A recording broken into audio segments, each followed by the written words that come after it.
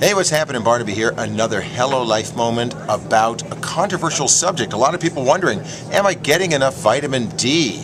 So let's talk to Jessica Butcher, who is a registered dietitian. You know, Jessica, I'm hearing that there is some controversy about even the classification of vitamin D.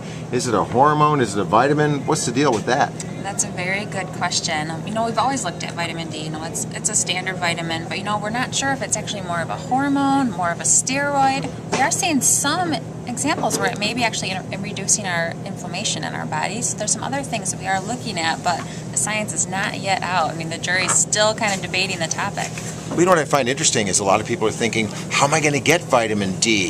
What sort of foods? And we're going to be talking about that, but I think maybe doctors recommend most getting sunlight. But then, Jessica, get sunlight, don't get sunlight. What's up with that? That's a really tricky one because our skin actually can produce the right form of vitamin D that we need in our bodies, but the sun can also cause skin cancer, so we're told to stay out. And if you're wearing any sunscreen at all, your skin's not going to be able to produce that vitamin D. So while they recommend that you could go out in the sun, up to 20 minutes each day, that still could increase your risk of skin cancer. So the better option would be to look at vitamin D from foods or supplements. Okay, let's talk about the foods. I guess, I was looking around and the number one pick for food for vitamin D is fresh salmon. Good recommendation? Very good recommendation. Those fatty fish like the salmon, the mackerel, the sardines, those are great sources of vitamin D. And same would be, there's even a little vitamin D in egg yolks. There's some in your fortified milks, no matter if it's cow or plant-based milks, as well as in your fortified breakfast cereals. You just got to really pay attention to the label to see if it does have that vitamin D. And what's tricky is it's really, really, really difficult to get enough vitamin D from foods alone. Think of maybe fortified orange juice. You'd have to drink a couple gallons every day just to try to get enough.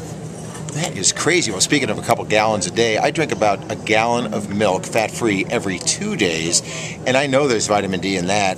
Surely that's got to be enough vitamin D for me, is it? Still would not be enough. We need to get at least 600 international units, is the unit of measure that they use for vitamin D, every day, and that's quite a huge amount.